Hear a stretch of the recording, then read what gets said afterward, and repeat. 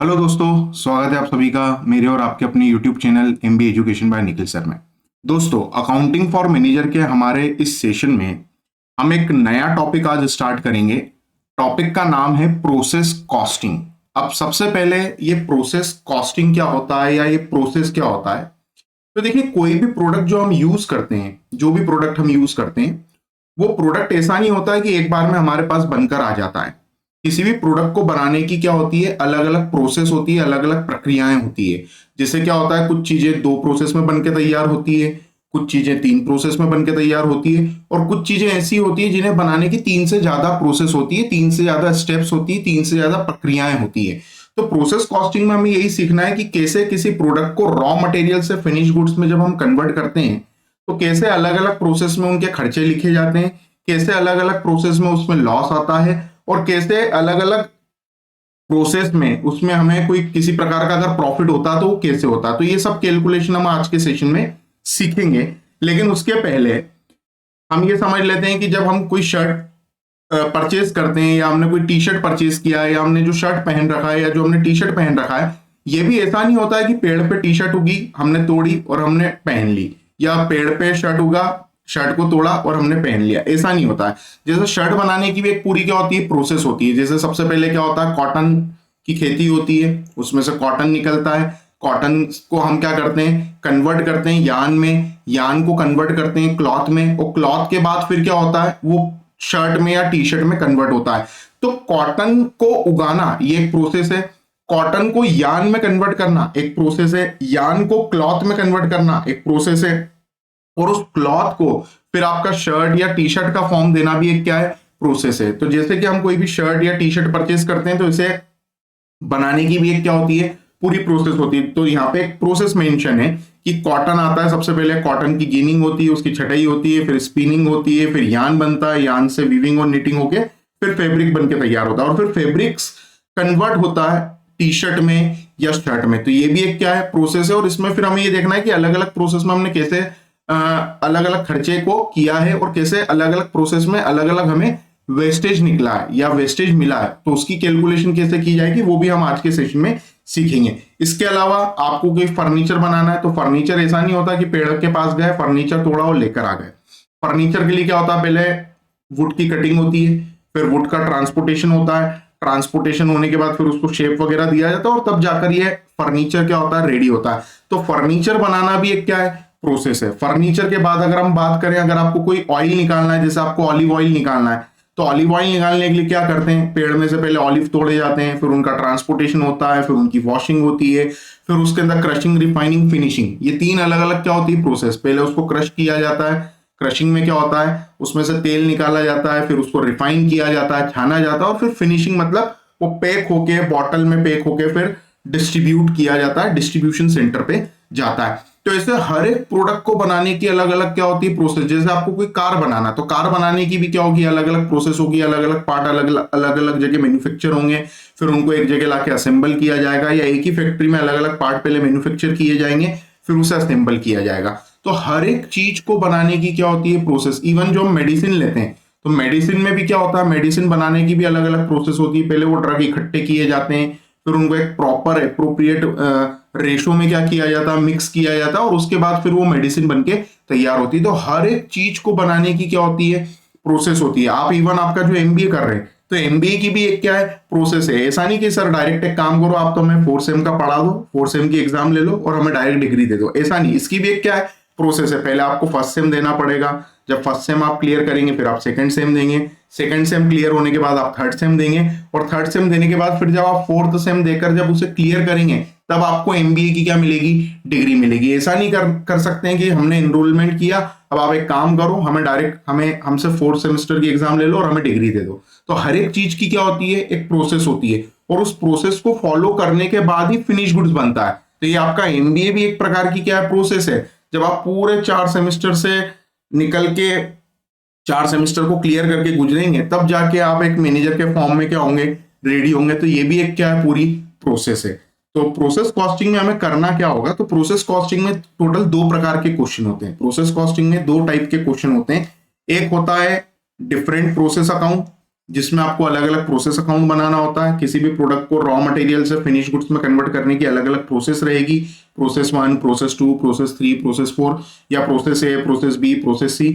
या जो क्वेश्चन आपके सामने आएंगे वो आएंगे joint expenses and separate expenses के, joint expenses and separate expenses. तो इसमें दो टाइप के क्वेश्चन होते हैं, या तो डिफरेंट प्रोसेस अकाउंट का क्वेश्चन आता है या joint expenses and separate expenses का क्वेश्चन आता है। अब इसमें भी अगर हम बात करें प्रोबेबिलिटी की, प्रोबेबिलिटी मतलब संभावना है कि किसके चांसेस सबसे ज्यादा है, ठीक है, मैथमेटिक्स के पॉइंट ऑफ व्यू से बात नहीं कर रहे हैं, किसके चांसेस सबसे ज्यादा है, तो 90% चांस होते हैं कि डिफरेंट प्रोसेस अकाउंट बनाने का क्वेश्चन आए, और 10% चांस होते हैं कि जॉइंट एक्सपेंसेस और सेपरेट एक्सपेंसेस का क्वेश्चन आए। हालांकि आसान दोनों ही है, दोनों ही आसान है। डिफरेंट प्रोसेस अकाउंट बनाना भी सिंपल है, 2 सवाल आप देखेंगे आपको क्लियर हो जाएगा, फिर आप डायरेक्ट एग्जाम के क्वेश्चन कर सकते हैं। और joint expenses and separate expenses वाला क्वेश्चन तो और ज्यादा आसान रहता है as compare to different process account. तो 90% चांस है कि अलग अलग प्रोसेस अकाउंट का क्वेश्चन आएगा, और 10% चांसेस रहेंगे कि जो क्वेश्चन आपके सामने एग्जामिनेशन में आएगा वो जॉइंट और सेपरेट एक्सपेंसेस का आएगा। अब अगर हम आगे की बात करें इसमें, तो प्रोसेस अकाउंट कैसे बनाया जाता है, रॉ मटेरियल को फिनिश गुड्स में कन्वर्ट कैसे किया जाता है। तो फॉर एग्जांपल माना कि हम कोई प्रोडक्ट बना रहे हैं और उस प्रोडक्ट को मैन्युफैक्चर करने की 3 प्रोसेस है, प्रोसेस ए, प्रोसेस बी, और यहां पे देखिए आ गया प्रोसेस सी। मैंने क्या किया, 3 बार स्लाइड को चेंज किया। देखिए अभी प्रोसेस सी लिखा है सामने, ये प्रोसेस बी लिखा है आप सामने, और प्रोसेस ए लिखा है। तो किसी भी प्रोडक्ट को बनाने की अलग अलग क्या होती है, प्रोसेस होती है, 2 प्रोसेस, 3 प्रोसेस, या 3 से ज्यादा प्रोसेस। जनरली एग्जाम में जो क्वेश्चन आता है ना उसमें 2 प्रोसेस या 3 प्रोसेस दी होती है। कभी भी मैंने ऐसा क्वेश्चन एग्जामिनेशन का नहीं देखा जिसमें 4 प्रोसेस गिवन है, ठीक है।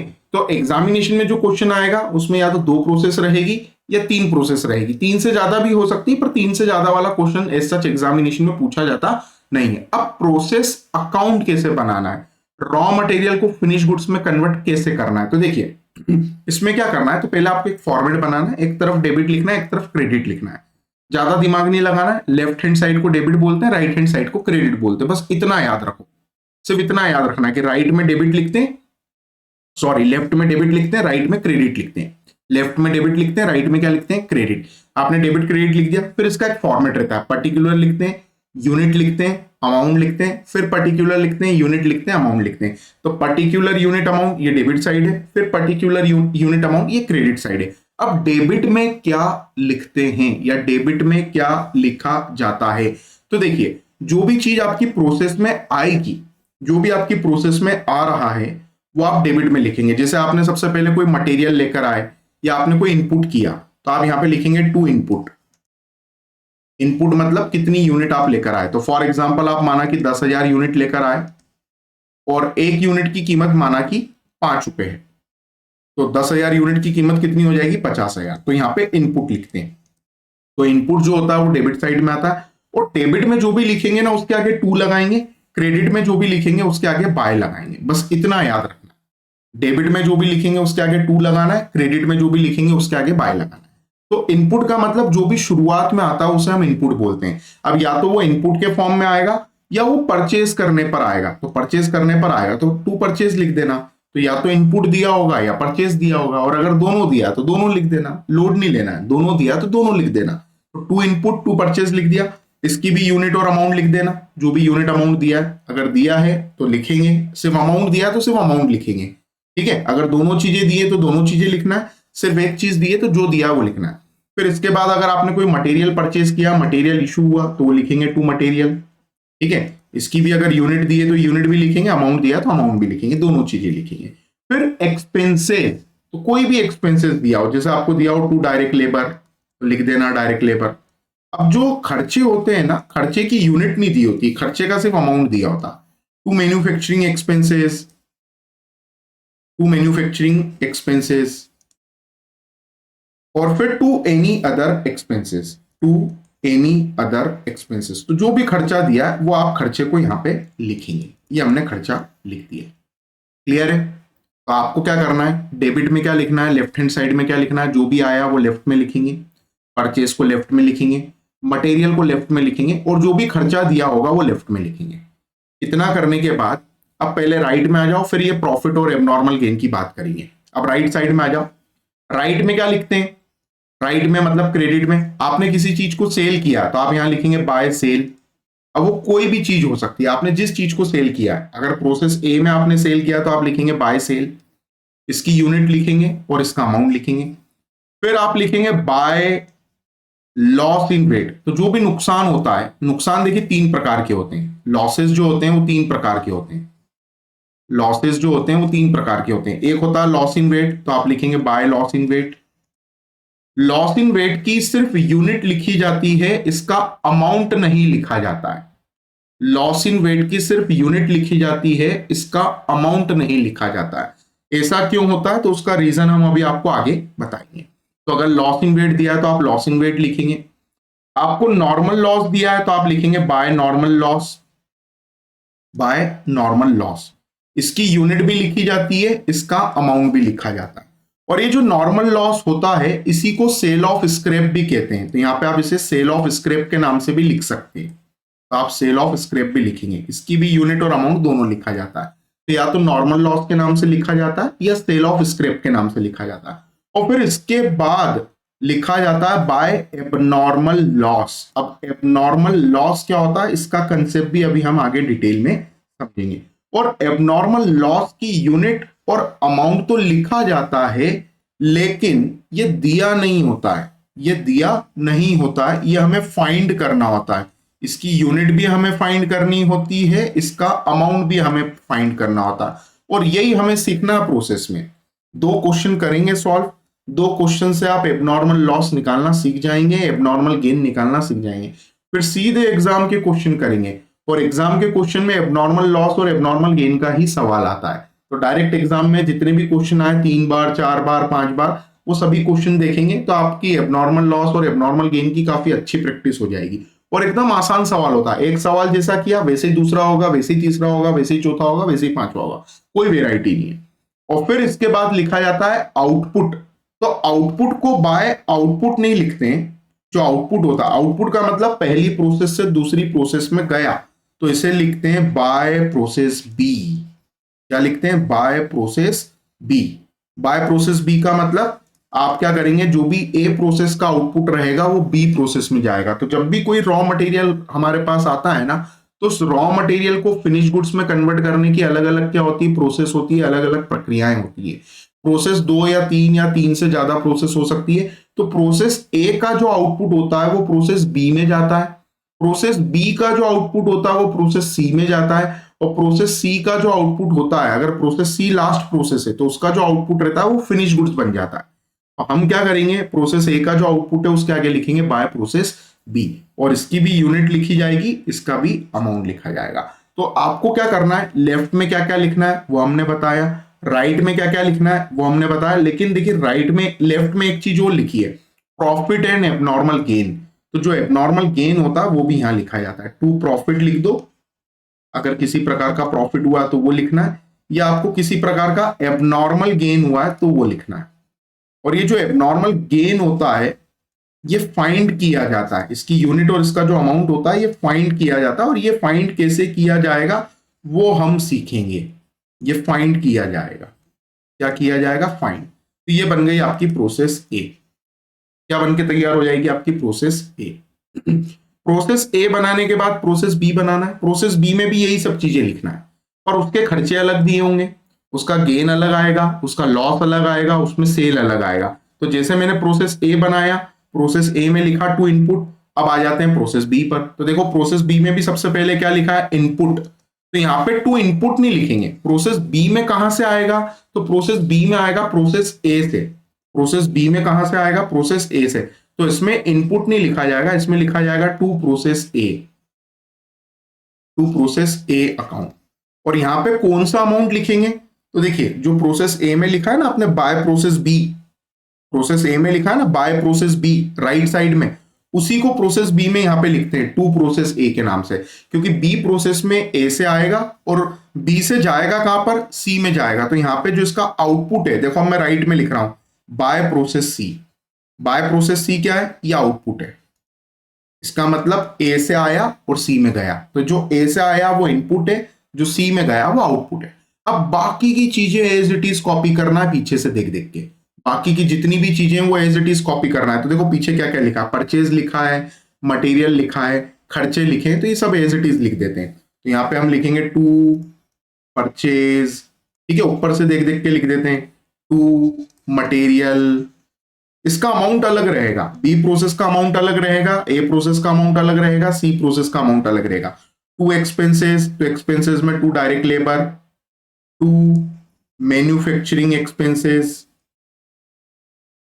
To any other expenses, to any other expenses, ये हमने लिख दिया, एनी अदर एक्सपेंसेस लिख दिया। और फिर इसके बाद क्या आएगा, टू प्रॉफिट या एबनॉर्मल गेन, तो यहां लिख देते हैं टू प्रॉफिट या एबनॉर्मल गेन। अब देखिए आपको अभी तीन चीजें मुझे समझाना है, एक तो ये लॉस इन वेट क्या होता है, एक ये नॉर्मल लॉस क्या होता है, एक एबनॉर्मल लॉस क्या होता है, और एक और हमें समझना है कि ये एबनॉर्मल गेन क्या होता है। तो हमें चार चीजें समझना है टोटल, लॉस इन वेट क्या होता है, नॉर्मल लॉस क्या होता है, एबनॉर्मल लॉस क्या होता है और एबनॉर्मल गेन क्या होता है। इन चारों के कंसेप्ट को अभी हम डिटेल में समझेंगे। टू प्रॉफिट और इसके साथ में आप क्या लिख सकते हैं, टू एबनॉर्मल गेन, और बाकी लिखना वही है। कैसे, तो देखो इन टू प्रोसेस एक ही यूनिट और अमाउंट दोनों लिखेंगे, परचेज की यूनिट और अमाउंट दोनों दिया होगा दोनों लिखेंगे, मटेरियल की अगर यूनिट और अमाउंट दोनों दिया तो दोनों लिखना है, बाकी खर्चे का सिर्फ अमाउंट दिया होता है। और ये जो एबनॉर्मल गेन लिखा है या जो प्रॉफिट लिखा है, इसकी यूनिट और अमाउंट दी नहीं होगी, ये हमें पता करनी होगी। तो यहां पे मैं लिख देता हूं फाइंड, और यहां भी हम क्या लिख देते हैं, फाइंड, ये हमें फाइंड करना है, ठीक है, वी विल कैलकुलेट दिस। अब राइट में क्या लिखते हैं, तो देखिए राइट में हम लिखेंगे बाय सेल, जो भी हमने बेचा वो लिखेंगे, तो उसकी यूनिट लिखेंगे, इसका अमाउंट लिखेंगे। फिर हम लिखेंगे by loss in weight, loss in weight क्या होता है अभी डिटेल में समझते हैं। लॉस इन वेट लिखना है, लॉस इन वेट की सिर्फ यूनिट लिखी जाती है, इसका अमाउंट नहीं लिखा जाता है, नहीं लिखा जाता है इसलिए इसके आगे देखो मैंने डैश लगाया है। फिर लिखना है बाय नॉर्मल लॉस, ऊपर से देख के ही लिख रहा हूं मैं, बाय नॉर्मल लॉस, इसकी भी यूनिट और अमाउंट लिखा जाएगा। नॉर्मल लॉस को सेल ऑफ स्क्रैप भी कहते हैं, तो इसे आप बाय सेल ऑफ स्क्रैप के नाम से भी लिख सकते हैं, सेल ऑफ स्क्रैप के नाम से भी लिख सकते हैं।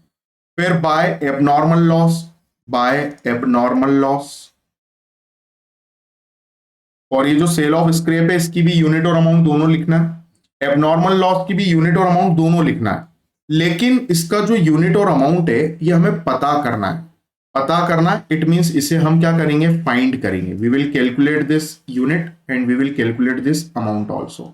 हम यूनिट और अमाउंट दोनों पता करेंगे, और फिर जो इसका आउटपुट रहेगा, आउटपुट उसे हम लिखेंगे बाय प्रोसेस सी में, और इसका यूनिट और अमाउंट भी हम लिखेंगे। तो इस तरीके से आपकी प्रोसेस बी बन के तैयार होगी। फिर प्रोसेस बी से जाएगा प्रोसेस सी में, प्रोसेस बी का जो आउटपुट रहेगा वो प्रोसेस सी में जाएगा। तो जब हम प्रोसेस सी में आएंगे तो ये हमारी प्रोसेस सी का अकाउंट है, इसका भी इनपुट रहेगा और इसका भी आउटपुट रहेगा। तो देखिए पहले इनपुट की बात करें, इनपुट का मतलब जो आया, आउटपुट का मतलब जो गया। तो प्रोसेस सी में आएगा कहां से, तो प्रोसेस सी में आएगा प्रोसेस बी से। तो यहां पे लिखेंगे to process B, to process B, इसकी यूनिट लिखेंगे, इसका अमाउंट लिखेंगे। क्या लिखेंगे, टू प्रोसेस बी, इसकी यूनिट लिखेंगे, इसका अमाउंट लिखेंगे। फिर आउटपुट, आउटपुट का मतलब जो अगली प्रोसेस में जाता है उसे आउटपुट बोलते हैं। अब माना कि आपकी जो प्रोसेस सी है वो लास्ट प्रोसेस है, माना कि जो प्रोसेस सी है वो आपकी आखिरी प्रोसेस है, तो आप क्या करेंगे, यहां पे लिखेंगे बाय फिनिश्ड गुड्स। अगर ये लास्ट प्रोसेस है तो यहां पे लिखेंगे बाय फिनिश्ड गुड्स। अगर बी प्रोसेस लास्ट प्रोसेस थी, माना कि बी प्रोसेस लास्ट प्रोसेस थी, तो बी प्रोसेस का जो आउटपुट लिखा है ना बाय प्रोसेस सी, वो बाय प्रोसेस सी की जगह क्या आ जाएगा, बाय फिनिश गुड्स। तो जो भी आखिरी प्रोसेस रहेगी, आखिरी प्रोसेस का जो आउटपुट रहता है उसे बाय फिनिश गुड्स के नाम से लिखा जाता है, ठीक है। तो माना कि सी प्रोसेस लास्ट प्रोसेस है, तो इसका जो भी आउटपुट रहेगा उसे लिखेंगे बाय फिनिश गुड्स, इसका यूनिट लिखेंगे, इसका अमाउंट लिखेंगे, और बाकी सभी चीजें एज इट इज लिखना है जो हमने पीछे लिखी है ए प्रोसेस में और बी प्रोसेस में। तो हम क्या करेंगे, यहां पे लिखेंगे पहले टू परचेज, इसकी यूनिट और इसका अमाउंट दिया होगा तो ये लिख देना। फिर लिख देना टू मटेरियल, मतलब सीधी सी बात है, खर्चे आपको लेफ्ट में लिखना है, लॉसेज आपको राइट में लिखना है। परचेज आपको लेफ्ट में लिखना है, सेल आपको राइट में लिखना है। प्रॉफिट आपको लेफ्ट में लिखना है, लॉस आपको राइट में लिखना है। इतना सा याद रखना है, खर्चे लेफ्ट में, लॉस राइट में, परचेज लेफ्ट में, सेल राइट में, ठीक है, प्रॉफिट लेफ्ट में और लॉस तो बता ही दिया था, इनपुट लेफ्ट में आउटपुट राइट में। तो टू परचेज टू मटेरियल, फिर जो भी खर्चा है तो टू डायरेक्ट लेबर लिख देना, टू मैन्युफैक्चरिंग एक्सपेंस लिख देना, फिर आपको दिया होगा क्या, टू एनी अदर एक्सपेंस लिख देना, ठीक है। और एक और बात, मटेरियल की यूनिट और अमाउंट तो दिया होगा, खर्चों का सिर्फ अमाउंट दिया होता है बेटा, यूनिट में नहीं होता खर्चा। खर्चा हमेशा पैसे में होता है। हम खर्चा जब भी करते हैं ना पैसे में करते हैं, कि हमने 5,000 रुपए खर्च किए, ठीक है। ऐसा नहीं बोलते 500 यूनिट खर्च की, 5,000 रुपए खर्च किए, 10,000 रुपए खर्च किए, तो खर्चा जो होता है वो हमेशा अमाउंट में होता है। लेकिन मटेरियल यूनिट में खरीदा जा सकता है, परचेज यूनिट में हो सकता है, प्रोसेस बी से यूनिट में आ सकता है, आते ही है। तो यूनिट भी लिखते हैं, अमाउंट भी लिखते हैं, किसका, प्रोसेस बी का, परचेज का, मटेरियल का। खर्चों का सिर्फ अमाउंट लिखना है। फिर क्या लिखना है, टू प्रॉफिट या एबनॉर्मल गेन, टू प्रॉफिट और एबनॉर्मल गेन। क्या लिखेंगे, एबनॉर्मल गेन। और इसमें हम सिर्फ टिक करेंगे, और इसमें एक काम और करना है, इसका जो यूनिट है और इसका जो अमाउंट है वो हमें फाइंड करना है। ये हम फाइंड करेंगे। क्या करेंगे, हम फाइंड करेंगे। अब राइट साइड में आ जाते हैं। राइट में क्या लिखेंगे, बाय सेल लिखेंगे। जो भी आपने बेचा वो राइट में लिखो, इसकी यूनिट लिखो, इसका अमाउंट लिखो। फिर बाय लॉस इन वेट लिखो, तीसरी बार बता रहा हूं मैं, बाय लॉस इन वेट लिखो। यहां पे लॉस इन वेट के सिर्फ क्या लिखते हैं, यूनिट, इसका अमाउंट नहीं लिखते हैं। उसका रीजन अभी 5 मिनट बाद बताऊंगा मैं। फिर बाय नॉर्मल लॉस क्या होता है अभी समझते हैं। इसकी भी यूनिट आएगी, इसका भी अमाउंट आएगा। बाय नॉर्मल लॉस का एक नाम और होता है, सेल ऑफ स्क्रैप, ठीक है। स्क्रैप को बेचा, जो माल खराब हो गया वो बेचा, इसकी भी यूनिट आएगी, इसका भी अमाउंट आएगा। और लास्ट क्या आता है, बाय एबनॉर्मल लॉस। तो एबनॉर्मल लॉस जो होता है, इसकी यूनिट और अमाउंट तो आता है, लेकिन ये दिया नहीं होता है, ये पता करना है। तो यूनिट भी पता करना है, अमाउंट भी पता करना है, तो इसके आगे हम लिख देते हैं फाइंड, ठीक है। ये हमें पता करना है। तो इस तरीके से अलग अलग प्रोसेस का क्या बनता है, अकाउंट बनता है। और आपने एक चीज देख ली कि तीनों प्रोसेस में एक जैसा सब कुछ सेम लिखा है हमने, बस अंतर क्या है, इनपुट में और आउटपुट में। प्रोसेस ए का जो इनपुट होता है वो इनपुट के नाम से लिखा जाता है, मतलब जो आया, और जो आउटपुट होता है वो प्रोसेस बी में जाता है। बी का जो इनपुट होता है वो ए से आता है और सी में जाता है, और सी में बी से आता है। और अगर सी प्रोसेस लास्ट प्रोसेस है तो इसमें बाय फिनिश गुड्स लिखना है, लेकिन अगर इसके बाद अगली प्रोसेस और है तो बाय डी प्रोसेस लिखना है। तो इस तरीके से क्या बनता है, हमारा पूरा अकाउंट बनता है प्रोसेस का। अब इसमें हमें समझना यह है कि ये लॉसेस जो लिखे हैं, loss in weight, normal loss, abnormal loss, और ये जो हमने एबनॉर्मल गेन लिखा है, इसका मतलब क्या होता है। बाकी परचेज आपको पता है, जो खरीदा उसे परचेज बोलते हैं। सेल आपको पता है, जो बेचा उसे सेल कहते हैं। खर्चे आपको पता है, कोई भी खर्चा आएगा वो लिख देंगे। समझना क्या है कि लॉस इन वेट क्या होता है, नॉर्मल लॉस क्या होता है, एबनॉर्मल लॉस क्या होता है, और एबनॉर्मल गेन क्या होता है। तो देखिए आगे बढ़ते हैं। सबसे पहले नॉर्मल लॉस। नॉर्मल लॉस का मतलब होता है कि प्रोडक्शन की प्रोसेस के दौरान जब हम किसी भी प्रोडक्ट को बनाते हैं, रॉ मटेरियल से फिनिश गुड्स में कन्वर्ट करते हैं, तो उस प्रोडक्शन की प्रक्रिया में थोड़ा सा वेस्टेज निकलता है। क्या निकलता है, वेस्टेज। मतलब थोड़ा माल क्या होता है, वेस्ट होता है, जो हमें पहले से पता है कि हम अगर ये बनाएंगे तो इतना वेस्टेज निकलेगा, जिसके लिए हम मेंटली क्या होते हैं, प्रिपेयर्ड होते हैं। उसे हम बोलते हैं नॉर्मल लॉस। जैसे एक सिंपल सा एग्जांपल, आपको जूस बनाना है, आपको ऑरेंज जूस बनाना है, तो ऑरेंज जूस बनाना भी एक क्या प्रोसेस, उसके लिए पहले ऑरेंज लाएंगे, फिर उसको हम क्या करेंगे, मिक्सर में क्रश करेंगे, फिर उसको छानेंगे, फिर ग्लास में देंगे। तो ये भी एक क्या हो गई, पूरी प्रोसेस हो गई। तो आपने अगर 1 kg ऑरेंज खरीदे तो बताइए आपको जो जूस मिलेगा वो भी 1 kg मिलेगा क्या, नहीं। आपने अगर 1 kg ऑरेंज खरीदे हैं तो आपको जो जूस मिलेगा उससे वो या तो 600 ग्राम मिलेगा, या 700 ग्राम मिलेगा, या 800 ग्राम मिलेगा, अनटिल एंड अनलेस आप उसके अंदर वाटर ऐड नहीं करते, ठीक है। क्यों, क्योंकि जब हम उस चीज से जूस बनाएंगे तो थोड़ा सा क्या होगा, वेस्ट होगा, पूरा तो जूस निकलता नहीं है। तो जो वेस्टेज होता है वो क्या हो गया, नॉर्मल लॉस। तो नॉर्मल लॉस का मतलब हो गया कि ये अनअवॉइडेबल होता है। अनअवॉइडेबल का मतलब इसको हम अवॉइड नहीं कर सकते, और ये एक्सपेक्टेड होता है, हमारा अनुमान होता है कि हमने अगर इतना लिया है तो इतना हमारा काम होगा। या आप सीधी सी बात है, आपने शर्ट बनाने के लिए कोई कपड़ा खरीदा, तो जितना आपने कपड़ा लिया पूरा एग्जैक्ट उतना ही कपड़ा लगेगा क्या, नहीं। थोड़ा सा उसमें से क्या होगा, कटिंग होगी, वेस्टेज निकलेगा, तो वो सब चीजें हम पहले से मान के चलते हैं, तो उसे कहा जाता है नॉर्मल लॉस। या आप कोई फर्नीचर बना रहे हैं तो फर्नीचर बनाने के लिए ऐसा नहीं करेंगे कि हमने जितनी लकड़ी खरीदी उससे पूरा फर्नीचर बन जाएगा, ठीक है, उसमें भी क्या होगा, कटिंग होगी, फिर उसमें से भी वेस्टेज निकलेगा, स्क्रैप निकलेगा, और जो एक पर्टिकुलर जो वुड रहेगा वो आपका फिनिश गुड्स में क्या होगा, कन्वर्ट होगा।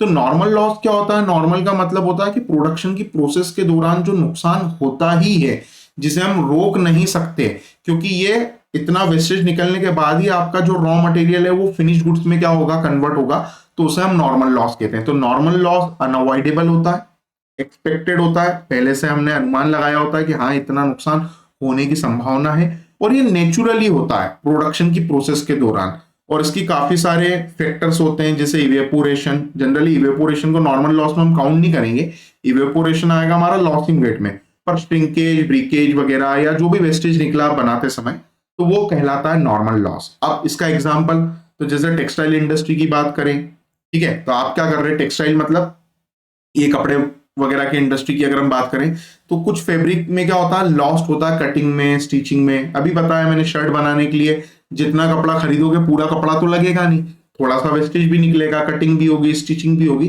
तो उसे कहा जाएगा नॉर्मल लॉस। जितना आपके पास कपड़ा रेडी हुआ, ठीक है, और जो जैसे आपने 2 मीटर खरीदा था, तो उसमें से 0.10 मीटर या 0.20 मीटर क्या हो गया, वेस्टेज हो गया, कटिंग में आ गया, स्टिचिंग में आ गया, तो नॉर्मल लॉस है। और जो तैयार हुआ that is your complete product. तो नॉर्मल लॉस क्या होता है, अनअवॉइडेबल होता है, एक्सपेक्टेड होता है, पहले से पता होता है कितना नुकसान होगा। जूस बनाएंगे, 1 kg ऑरेंज लाए तो 1 kg जूस नहीं मिलेगा। नॉर्मल लॉस मतलब अनएक्सपेक्टेड, जिसे हम रोक नहीं सकते, और ये एक्सपेक्टेड होता है, ठीक है, अनअवॉइडेबल होता है और एक्सपेक्टेड होता है। एक्सपेक्टेड मतलब हमने अनुमान लगा लिया है कि इतना लाएंगे तो इतना बनेगा, उसे हम बोलते हैं नॉर्मल लॉस। एबनॉर्मल क्या होता है, एबनॉर्मल मतलब किसी एक्सीडेंट के कारण कोई नुकसान हो जाना, मशीन के ब्रेकडाउन के कारण नुकसान हो जाना, या इनइफिशियंसी के कारण नुकसान हो जाना, तो ये क्या होता है, एबनॉर्मल लॉस होता है। जैसे कि आप क्या होता है एबनॉर्मल लॉस, जनरली जब आपका नुकसान आपकी नॉर्मल लॉस की लिमिट को क्रॉस कर जाए, नॉर्मल लॉस की जो लिमिट है उसको क्या कर जाए, क्रॉस कर जाए, तो जो नुकसान होता है उसे हम बोलते हैं एबनॉर्मल लॉस, ठीक है, उसे हम क्या कहते हैं, एबनॉर्मल लॉस। जैसे आपने कोई चीज खरीदी, माना कि आपने 100 क्विंटल कोई सामान खरीदा, और उससे आपको क्या करना है, 90 क्विंटल फिनिश गुड्स मिलेगा। आपने 100 क्विंटल खरीदा रॉ मटेरियल, और आपको पता है कि 100 क्विंटल या 100 टन खरीदने पर हमें 90 क्विंटल या 90 टन का फिनिश गुड्स मिलेगा। पर अब आपको फिनिश गुड्स कितना मिल रहा है, 50 टन या 50 क्विंटल या 60 टन या 60 क्विंटल। इट मींस आपका अनुमान था 90 टन का या 90 क्विंटल का, पर आपको मिल कितना रहा है, 50 या 60 ही मिल रहा है। तो जितना आपको कम मिल रहा है, जितना आपको कम मिल रहा है, ठीक है, 90 का अनुमान था पर 50 ही मिला, 60 ही मिला, तो जो डिफरेंस है that is called abnormal loss. और जनरली एबनॉर्मल लॉस क्यों होता है, तो एबनॉर्मल लॉस होता है एक्सीडेंट के कारण, मशीन के ब्रेकडाउन के कारण, इनइफिशियंसी के कारण। और एबनॉर्मल लॉस होता क्या है, तो ये अनएक्सपेक्टेड होता है। अनएक्सपेक्टेड मतलब इसका अनुमान नहीं किया होता है, ये पता नहीं होता है कि नुकसान हो जाएगा। नॉर्मल में तो पता रहता है कि ये होगा, लेकिन एबनॉर्मल लॉस हमें पता नहीं होता है, और ये अवॉइडेबल होता है। अच्छा काम करके इसे हम क्या कर सकते हैं, अवॉइड कर सकते हैं, ठीक है, इसे होने से रोका जा सकता है। अवॉइडेबल लॉस होता है that exceed the normal loss. Exceed the normal loss का मतलब, एक्सीड द नॉर्मल लॉस का मतलब जब नॉर्मल लॉस की लिमिट को आपका नुकसान क्रॉस कर जाए तब उसे एबनॉर्मल लॉस भी कहा जाता है। Example, a batch of chemical solution is wasted due to improper handling. तो आपके पास एक केमिकल सॉल्यूशन था, ठीक है, उसको वर्कर एक जगह से दूसरी जगह लेकर जा रहा था, पर उससे गिर गया तो नुकसान हो गया, तो यह एबनॉर्मल लॉस है, ठीक है। एक्सीडेंटल होता है, ब्रेकडाउन के कारण होता है, अनएक्सपेक्टेड होता है, ठीक है। जैसे फॉर एग्जांपल आप क्या कर रहे हैं, मिरर का यूज करके कुछ फर्नीचर वगैरह में मिरर लगा रहे हैं या कुछ कर रहे हैं, आप डिजाइन वगैरह दे रहे हैं, अब वो मिरर गिर गया, गिर के टूट गया, तो ये क्या हो गया, एबनॉर्मल लॉस, ठीक है। या टाइल्स लगा रहे हैं, फ्लोरिंग कर रहे हैं घर में, टाइल्स क्या हो गई, टूट गई, छूट गई, पेटी छूट गई, तो वो क्या हो गया, एबनॉर्मल लॉस। तो एबनॉर्मल लॉस क्या होता है, ब्रेकेज के कारण होता है, मशीन ब्रेकडाउन के कारण होता है, एक्सीडेंट के कारण होता है, तो एबनॉर्मल लॉस कहलाता है। आगे बढ़ते हैं, लॉस इन वेट।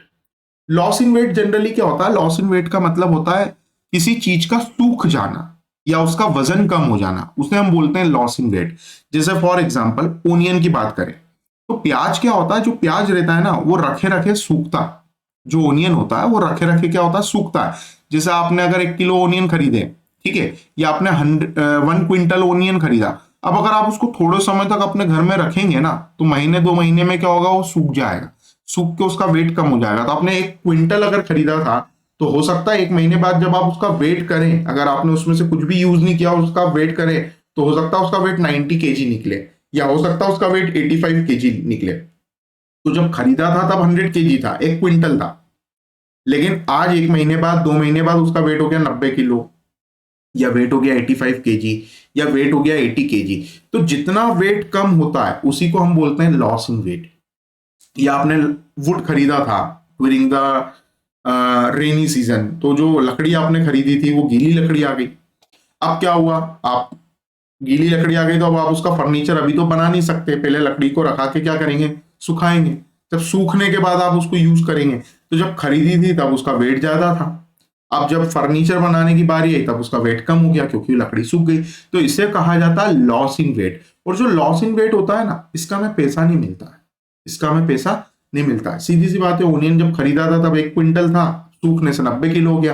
तो जब बेचने जाओगे, जब उसके तराजू पे रखोगे, वेट मशीन पे रखोगे, तो जितना वेट दिखेगा उतना ही सामने वाला पैसा देगा ना। वो ये थोड़ी मानेगा कि हाँ भैया आपने तो 100 किलो खरीदा था, 10 किलो उड़ गया तो उसके पैसे मेरी तरफ से ले लो। तो लॉस इन वेट का इसीलिए कभी भी अमाउंट नहीं लिखते। देखो लॉस इन वेट में मैंने बार बार अमाउंट में क्या लगाया, डैश, क्योंकि इसका आपको पैसा नहीं मिलता। लेकिन नॉर्मल लॉस का क्या होता है, पैसा मिल जाता। नॉर्मल लॉस का क्या हो जाता, पैसा मिल जाता। तो this refer to the reduction in the weight of raw material during processing due to evaporation, drying सूखने से, और chemical reaction. It is often considered a form of normal loss. इसे जनरली नॉर्मल लॉस माना जाता है क्योंकि हम इतना मेंटली प्रिपेयर्ड होते हैं। नॉर्मल का मतलब जिसके लिए हम प्रिपेयर्ड है, एक्सपेक्टेड है कि हाँ ऐसा होगा। जैसे अभी मैंने आपको ओनियन का एग्जांपल दिया, तो मुझे पता है ऐसा होगा, तो एक्सपेक्टेड होता है, इसलिए नॉर्मल लॉस होता है। Unless it exceed expected limit, until and unless ये एक्सपेक्टेड लिमिट को क्रॉस ना करें तब तक इसे नॉर्मल लॉस ही माना जाएगा। लेकिन बस इसमें छोटा सा अंतर है कि इसका अमाउंट नहीं लिखा जाता है। Example, in a sugar refining process moisturiser content in sugar cane. तो शुगर केन जो मतलब जो गन्ना आया था, गन्ने में क्या था, मॉइस्चराइजर था, मतलब गन्ना गीला था। जूसी में इवेपोरेट, तो मतलब तो गन्ना गीला था या फ्रेश था, तो रखे रखे गन्ना क्या हो गया, सूख गया, तो उससे उसका वेट क्या हो गया, कम हो गया, रिड्यूसिंग द ओवरऑल वेट। तो यहाँ पे शुगर केन का एग्जांपल दिया है मैंने आपको, ओनियन के थ्रू समझाया कि जो प्याज है वो भी रखे रखे सूखता है, इसे गन्ना भी रखे रखे सूखता है। जब खरीदा था तब फ्रेश था, जूसी गन्ना था, ठीक है, रखे रखे सूख गया तो उसका वेट क्या हो गया, कम हो गया। इसे कहा जाता है लॉस इन वेट। और लॉस इन वेट का कभी भी हमें पैसा नहीं मिलता। एबनॉर्मल गेन, एबनॉर्मल गेन क्या होता है, ठीक है, तो एबनॉर्मल लॉस तो समझ गए, एक्सीडेंट हो गया। एबनॉर्मल गेन का मतलब होता है कि आपका जो नॉर्मल लॉस होना था, आपने जो अनुमान लगाया था कि इतना नुकसान होगा, पर आपने काम इतने अच्छे से किया कि वो नुकसान कम हुआ। आपने अनुमान लगाया था कि 5% नुकसान होगा, पर नुकसान हुआ 3%। क्यों? क्योंकि आपके काम करने की इफिशियंसी इतनी अच्छी थी कि जितना ज्यादा वेस्टेज आप निकल रहा था, आपने उस वेस्टेज को भी क्या कर लिया, कवर कर लिया, इतना एक्यूरेटली काम किया कि आपका जो नुकसान है वो कम हो गया। तो जो नुकसान कम होता है उसे कहा जाता है एबनॉर्मल गेन। आपका अनुमान था 5% नुकसान होगा, पर नुकसान 3% ही हुआ, इसका मतलब 2% का क्या हुआ, गेन हुआ। That is called abnormal gain. ठीक है, तो हमने जो अनुमान लगाया था उससे कम जब नुकसान होता है तो उसे हम एबनॉर्मल गेन कहते हैं। तो देखिए इसमें लिखा है, it occur when actual loss is less than the expected normal loss. ये तब होता है जब हमारा एक्चुअल नुकसान एक्सपेक्टेड नॉर्मल लॉस से कम होता है। Meaning the production output is higher than anticipated. Output क्या मिला, ज्यादा मिला, जितना अनुमान था। हमारा अनुमान था कि 950 टन का प्रोडक्शन होगा, पर 970 का हो गया। इसका मतलब 20 टन का प्रोडक्शन क्या हो गया, ज्यादा हो गया। तो वो जो 20 टन ज्यादा काम हुआ, ज्यादा प्रोडक्शन मिला, वो एबनॉर्मल गेन है। अनुमान कितना था कि इतना मटेरियल जाएगा तो इतना मिलेगा, ठीक है, इतना रॉ मटेरियल अगर आप मशीन में डालेंगे तो इतना फिनिश गुड्स बनके तैयार होगा। 1000 टन जाएगा तो 950 टन मिलेगा, पर 970 टन मिल रहा, 20 टन क्या मिल रहा है ज्यादा, उसे क्या बोलेंगे, एबनॉर्मल गेन। तो this usually happen due to improved efficiency और लोअर वेस्टेज। ये इफिशियंसी इंप्रूव होने के कारण या वेस्टेज कम होने के कारण होता है। एग्जाम्पल, अ food processing unit expect 5% wastage. एक फूड प्रोसेसिंग यूनिट ने अनुमान लगाया था कि हमें 5% का नुकसान होगा, तो ये अनुमान लगाया मतलब ये नॉर्मल लॉस है, बट एक्सपीरियंसेस ओनली 3% वेस्टेज, पर उन्हें हुआ कितना, 3%, leading to an abnormal gain. मतलब ये जो 2% एक्स्ट्रा आपने बचा लिया, इसी को क्या बोलेंगे, एबनॉर्मल गेन। तो हमने चारों चीजें समझ ली। नॉर्मल मतलब जिसके लिए मेंटली प्रिपेयर्ड है, पता है इतना होगा, उसे बोलेंगे नॉर्मल। एक्सीडेंट के कारण होता है या नॉर्मल की लिमिट को क्रॉस करने के कारण जो होता है, दैट इज कॉल्ड एबनॉर्मल। सूखने के कारण जो होता है, that is called loss in weight. और एबनॉर्मल गेन क्या होता है, तो जो अनुमान लगाया था नुकसान का, उससे अगर कम नुकसान हो तो उसे कहा जाएगा एबनॉर्मल गेन। अब एक काम करते हैं, एक क्वेश्चन देखते हैं, फिर अगले सेशन में एक क्वेश्चन और देखेंगे। इसमें हम एबनॉर्मल लॉस और एबनॉर्मल गेन निकालना सीखेंगे। 2 सेशन में आपको समझ आ जाएगा कि एबनॉर्मल लॉस और एबनॉर्मल गेन कैसे निकाला जाता है। फिर एग्जाम के जितने भी क्वेश्चन है उसको एबनॉर्मल लॉस और एबनॉर्मल गेन के ऊपर ही आते हैं, तो वो 3 4 5 क्वेश्चन कर लेंगे तो आपकी एबनॉर्मल लॉस और एबनॉर्मल गेन की प्रैक्टिस एकदम सॉलिड हो जाएगी। चलिए तो आगे बढ़ते हैं, क्वेश्चन देखते हैं। क्वेश्चन आपके सामने, कंसेप्ट आपको पता है कौन सी चीज को कहां लिखना है, ये हमने आपको इस फॉर्मेट में समझाया। चलिए क्वेश्चन सॉल्व करेंगे। तो let's move to our question number 23। Question number 23 में दिया है, क्वेश्चन नंबर 23 में दिया है, the product of a manufacturing concern passes through two processes, process A and B, then to finish stock। इसका मतलब सिर्फ 2 ही प्रोसेस है, ए प्रोसेस और बी प्रोसेस। आगे पढ़ते हैं। It is ascertain that in each process 5% of the total weight is lost. हर एक प्रोसेस में 5% टोटल वेट का लॉस्ट होता है, इसका मतलब लॉस इन वेट होता है 5%। आगे पढ़ते हैं, लॉस इन वेट कितना होता है, 5%। आगे 10% इज स्क्रैप। स्क्रैप का मतलब नॉर्मल लॉस, 10% स्क्रैप निकलता है मतलब नॉर्मल लॉस होता है। Which from process A and B realises ₹60 per ton and 200 पर टन। तो नॉर्मल लॉस कितना होता है, 10% होता है, जो प्रोसेस ए में 60 रुपए में सेल आउट होता है और प्रोसेस बी में 200 रुपए में सेल आउट होता है रेस्पेक्टिवली। आगे दिया था following figure are related to both the process. अब देखिए दोनों प्रोसेस के कुछ फिगर्स दिए हैं, फिगर्स पढ़ लेते हैं। पहले प्रोसेस ए दिया है, फिर प्रोसेस बी दिया है। प्रोसेस ए में मटेरियल दिया है टन में, मतलब क्वांटिटी दी है 1000 टन और 100 टन। कॉस्ट ऑफ मटेरियल दिया है 50 रुपए पर टन, 200 रुपए पर टन। खर्चा दिया है 30,000 का और 15,000 का। मैन्युफैक्चरिंग एक्सपेंस दिया है 11,000 का और 2450 का। तो ये तो खर्चा दिया है। खर्चा तो आपको पता है कहाँ पे लिखते हैं, देखो खर्चा, खर्चा लिखते हैं डेबिट में, खर्चा लिख देंगे। और आपको फिर आउटपुट दिया है, ये आउटपुट लिखा है बेटा, थोड़ा सा शायद स्पेलिंग मिस्टेक हो गई है, ये आउटपुट है, आउटपुट, ठीक है। आउटपुट दिया है टन में। आउटपुट कितना दिया है, तो आउटपुट दिया है हमें 800 टन और 790 टन। आउटपुट का मतलब ए से बी में कितना जाएगा, 800 टन, और बी से फिनिश गुड्स में कितना कन्वर्ट होगा, 790 टन। और आगे लिखा prepare process account showing cost per ton of each process, there was no stock in any process. Question complete. ये हमारा क्वेश्चन है, सॉल्व करते हैं। देखिए ये प्रोसेस ए, पहले प्रोसेस ए में क्या करेंगे, देखिए शुरुआत कैसे करना है। ऊपर का जो पैराग्राफ है वो बाद में रीड करेंगे, पहले नीचे से देखो। मटेरियल दिया 1000 टन और मटेरियल की कीमत कितनी दी है, 50 रुपए पर टन। अब मटेरियल किधर लिखते हैं, तो देखो पीछे चल के देखो, मटेरियल ऊपर लिखा है लेफ्ट में आएगा, तो 2 मटेरियल लिखना है। कितना, 1000 टन है, 50 रुपए का रेट है, यहां लिखो 2 मटेरियल। कितना लिखोगे, 1000 यूनिट में, और अमाउंट कितना, तो एट द रेट अगर ₹50 है तो 1000 इंटू 50 करने पर आएगा 50,000 रुपए। खर्चा, वेजेस दिया है, मैन्युफैक्चरिंग एक्सपेंसेस दिया, वेजेस दिया 30,000 का, मैन्युफैक्चरिंग एक्सपेंस दिया 11,000 का। यहाँ पे लिखो 2 वेजेस, बहुत आसान है बेटा, और 2 मैन्युफैक्चरिंग एक्सपेंसेस। खर्चे को इधर ही लिखते हैं, अभी सिखाया था, लिख दिया। वेजेस कितना लिखोगे 30,000, मैन्युफैक्चरिंग एक्सपेंस लिखोगे 11,000। तो अमाउंट में लिखना है 30,000 रुपए और ये 11,000 रुपए लिख दिया। आगे बढ़ो। आउटपुट दिया है 800 टन। आउटपुट का मतलब ए से बी में कितना जाएगा, तो ए से बी में जाएगा 800 टन। तो मैं एक काम करता हूं, यहां पे लिख देता हूं by process B. By process B output हमेशा नीचे ही लिखना। कितना लिखना 800 टन। तो ये मैंने यूनिट में लिख दिया 800। तो जो डेटा दिया है मुझे टेबल में वो तो मैंने एज इट इज क्या कर दिया, फीड कर दिया प्रोसेस ए में। अब पैराग्राफ जो ऊपर दिया उसकी सेकेंड लाइन फिर से पढ़ते हैं। It is ascertain that in each process 5% of total weight is lost. हर एक प्रोसेस में टोटल वेट का 5% लॉस्ट होगा। तो देखो प्रोसेस ए का टोटल वेट कितना है, तो 1000 यूनिट है, 1000 टन है, तो उसका 5% लॉस होगा। इट मींस मैं यहां पे लिखूंगा by loss in weight. Loss in weight कितना लिखूंगा, 1000 का 5%।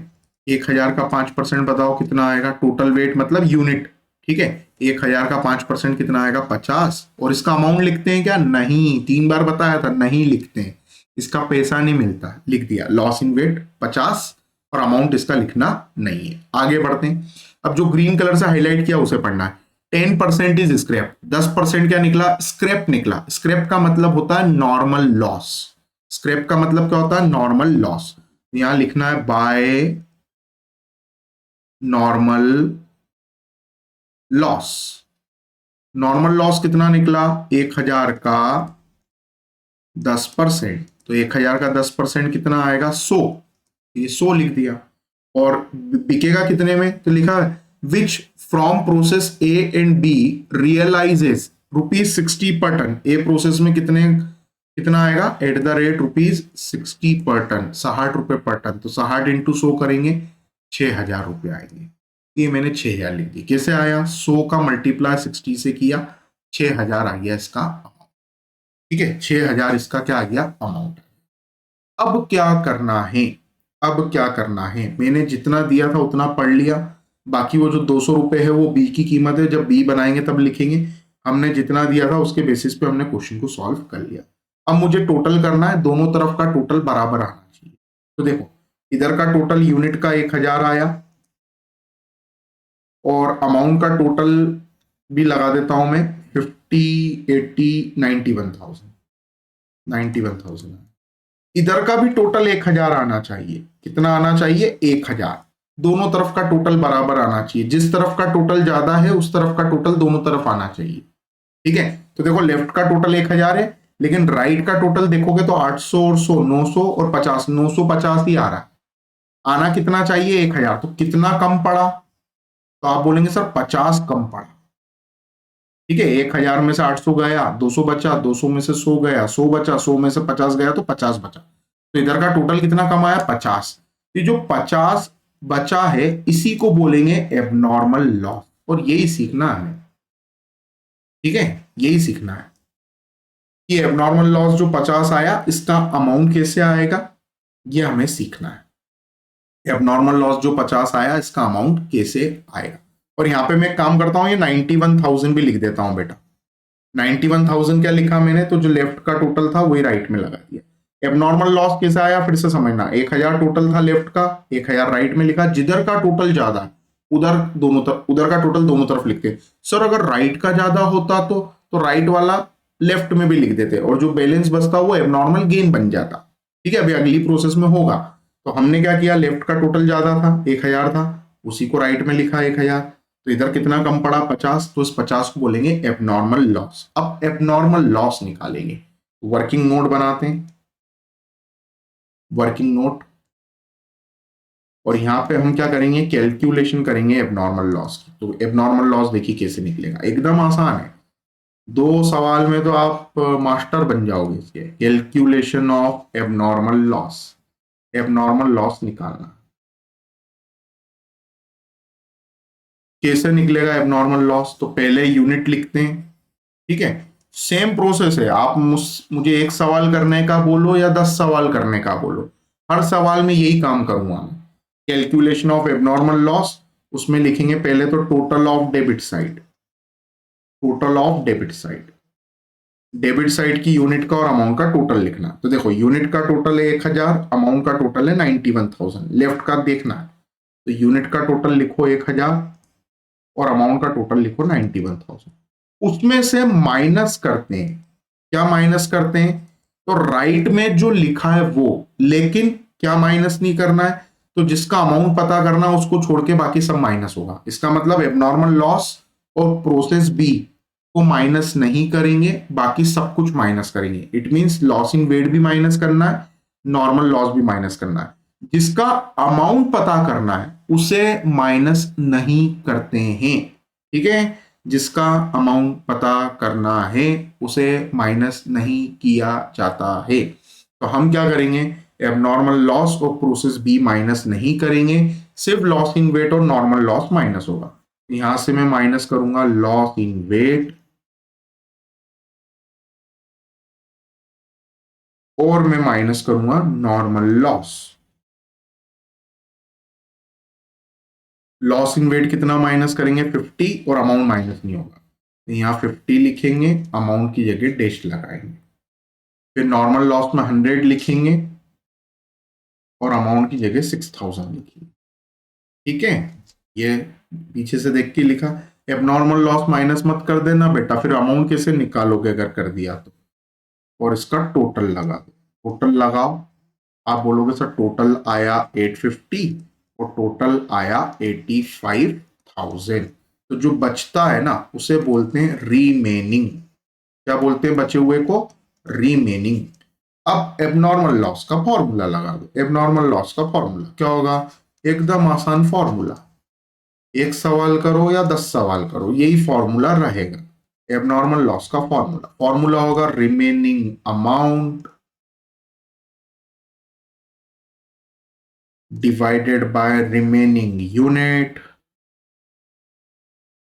मल्टीप्लाई बाय एबनॉर्मल लॉस की unit, multiply by abnormal loss की यूनिट, ये लिख दिया। चलो रिमेनिंग अमाउंट में लिखोगे 85,000, रिमेनिंग यूनिट में लिखोगे 850 और एबनॉर्मल लॉस की यूनिट में क्या लिखोगे, पीछे आके 50 लिखना है। एबनॉर्मल लॉस की यूनिट में 50 है, ये 50 लिख दो। सॉल्व कर लो, सॉल्व करने पे आंसर आएगा 5,000 रुपये। कितना आएगा 5,000 रुपये। 50 इंटू 100 करोगे कितना आएगा 5,000 रुपये। ये आ गया आपका एबनॉर्मल लॉस। इसका मतलब आपको जो नुकसान हुआ उसकी कीमत थी 5,000 रुपये। तो यहाँ पीछे आ जाओ और एबनॉर्मल लॉस में यहाँ पर 50 के सामने 5,000 लिख दो, ये लिख दिया। अब क्या करना है देखो, तो 91,000 में से 5,000 और 6,000 11,000 माइनस कर दो, बचेगा 80,000, ये लिख दिया। खत्म, ये भी आ गया। 80,000 कैसे आया, 91 में से 5 और 6 माइनस कर दिया 11,000, बचा कितना 80,000। ये प्रोसेस ए कंप्लीट। अब प्रोसेस बी बनाना है, तो देखो ए में लिखा बाय प्रोसेस बी, तो प्रोसेस बी में पहले लिखो टू प्रोसेस ए, तो यहां लिखो टू प्रोसेस ए, पहले तो ये लिखना है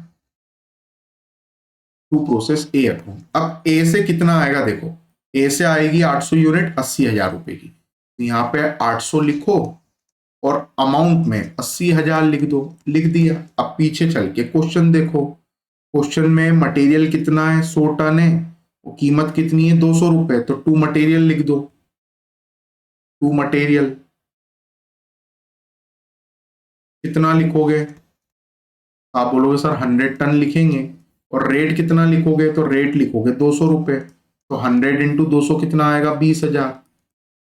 अब खर्चा लिखो, खर्चे में वेजेस और मैन्युफैक्चरिंग एक्सपेंस लिखना है, तो वेजेस लिख दो, टू वेजेस और टू मैन्युफैक्चरिंग एक्सपेंसेस। वेजेस कितना, वेजेस 15,000, मैन्युफैक्चरिंग एक्सपेंसेस 2450। वेजेस में लिखो 15,000 और मैन्युफैक्चरिंग एक्सपेंस में लिखो 2450, लिख दिया। आगे बढ़ो, अब आउटपुट कितना है, आउटपुट है 790, इसका मतलब प्रोसेस बी में 790 टन का आउटपुट मिलेगा, और प्रोसेस बी आखिरी है तो यहां पे लिखना है by finish goods, by finish goods. Output को बाय प्रोसेस सी नहीं लिखना है क्योंकि आखिरी प्रोसेस है, तो बाय फिनिश गुड्स कितना 790, ये मैंने लिखा 790 रुपए। आगे बढ़ते हैं, लिख दिया। अब फिर से जो ऊपर सेकेंड लाइन में येलो कलर से हाईलाइट किया वो पढ़ते हैं। It is ascertain that in each process 5% of total weight is lost. हर एक प्रोसेस में टोटल वेट का 5% लॉस्ट होगा। तो टोटल वेट का 5% मतलब प्रोसेस बी का टोटल वेट कितना है 800 और 100, 800 और 100 कितना होगा 900 होगा ना 900, तो 900 का 5% क्या होगा लॉस इन वेट, यहां लिखेंगे by loss in weight. Loss in weight कितना आएगा, लॉस इन वेट आएगा 900 का 5%, 900 का 5% कितना आएगा 45, अमाउंट में आएगा डैश, अमाउंट में क्या आएगा डैश, क्योंकि लॉस इन वेट का कभी भी अमाउंट नहीं लिखते। अब नॉर्मल लॉस भी देख लेते हैं, तो लिखा है 10% इज स्क्रैप, 10% क्या निकलता है स्क्रैप निकलता है, जिसे प्रोसेस ए में 60 रुपए में बेचा जाता है और प्रोसेस बी में 200 रुपए में बिकता है। लॉस इन वेट के बाद नॉर्मल लॉस भी निकाल लो, बाय नॉर्मल लॉस। जैसे मैंने ए में लिखा था ना बेटा वैसे ही लिख रहा हूं मैं, ये देखो ए प्रोसेस में लिखा बाय नॉर्मल लॉस 10%, यहाँ भी नॉर्मल लॉस 10% लिखना है। 10% किसका 800 और 100 का, टोटल किसका 900 का, ठीक है, टोटल वेट का 10%, 10% मतलब 90, और ये कितने में बिकेगा, तो इसका रेट दिया 200 रुपए, तो एट द रेट 200 से मल्टीप्लाई, तो 990 इंटू 200 कितना आएगा 18,000, ये लिख दिया 18,000, खत्म हो गया। तो जैसे मैंने इधर नॉर्मल लॉस लिखा था वैसे इधर भी लिख दिया। अब क्या करना है टोटल लगाना है, जिधर का टोटल ज्यादा होता है उधर का टोटल दोनों तरफ लिखते हैं बेटा, ये याद रखना। तो देखो लेफ्ट का टोटल 900 दिख रहा है, राइट का टोटल देखो 790 और 90 880, 800 और 80 और 45 कितना होगा 925, तो इधर का टोटल ज्यादा है 925, तो 925 ही इधर लिखो, पर इधर का टोटल तो 900 ही आ रहा है, तो कितना कम पड़ा इधर 25 कम पड़ा, तो जो 25 कम पड़ा इसे बोलेंगे टू एबनॉर्मल गेन। तो जब राइट में आता है तो उसको क्या बोलते हैं एबनॉर्मल, सॉरी जब लेफ्ट में आता है तो उसे क्या बोलते हैं एबनॉर्मल गेन, और जब राइट में आता है तब उसे क्या बोलते हैं एबनॉर्मल लॉस। ठीक है, तो टू साइड में आया, टू में आया, लेफ्ट में आया, तो उसे बोलना है एबनॉर्मल गेन, और बाय साइड में आया, राइट साइड में आया, क्रेडिट में आया, तो उसे बोलना है एबनॉर्मल लॉस। और ये फॉर्मेट में भी दिखाया देखो हमने, एबनॉर्मल गेन इधर आएगा लेफ्ट में, एबनॉर्मल लॉस आएगा, ठीक है, ये देखो एबनॉर्मल गेन लेफ्ट में, एबनॉर्मल लॉस राइट, ये हमने एबनॉर्मल गेन निकाल लिया। अब एबनॉर्मल गेन का अमाउंट पता करना, कैसे पता करेंगे, तो यही वर्किंग नोट ऐसे ही बनाना है, सेम वर्किंग नोट बनाना, सेम फॉर्मूला लिखना है, सेम वर्किंग नोट बनाना, सेम फॉर्मूला लिखना है, और एबनॉर्मल लॉस की जगह बस एबनॉर्मल गेन लिखना है। देख लो आप बोलोगे सर एकदम ये तो दम नहीं है, एक सवाल और करेंगे फिर अगले सेशन में, उससे आपको कॉन्फिडेंस आएगा और फिर सीधे पेपर के क्वेश्चन देखेंगे तो आपको समझ आ जाएगा कि जो पढ़ाया वही पेपर में आता है। Calculation of abnormal gain, calculation of abnormal gain, क्योंकि बी प्रोसेस में क्या निकल रहा है एबनॉर्मल गेन निकल रहा है, तो एबनॉर्मल गेन निकालना कैसे निकलेगा देखिए, एबनॉर्मल गेन निकालना है तो ये यूनिट लिखो, अमाउंट लिखो, बस ऐसे लिखना, total of debit side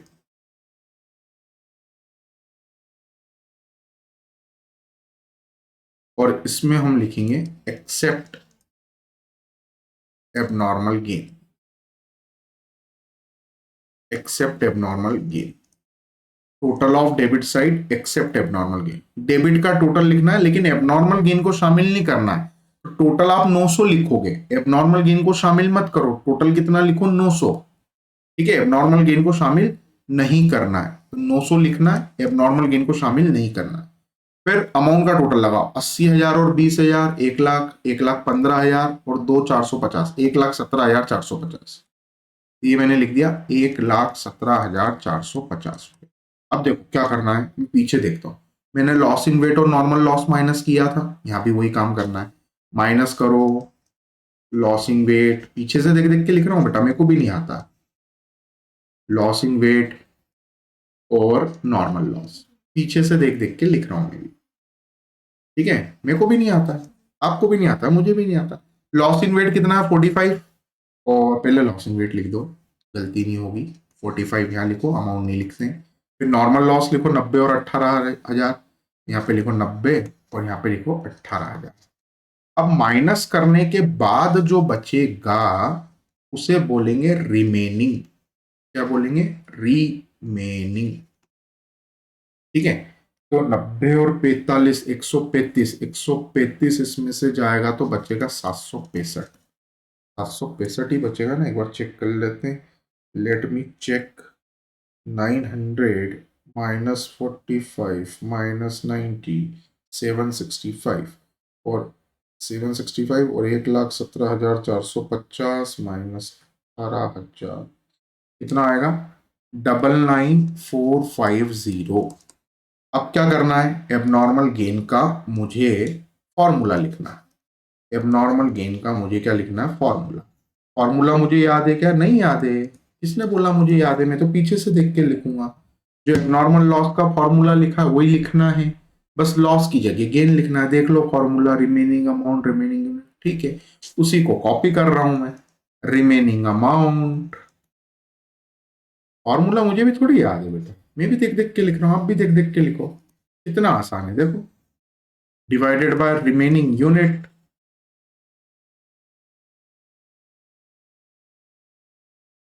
multiply by abnormal gain की यूनिट।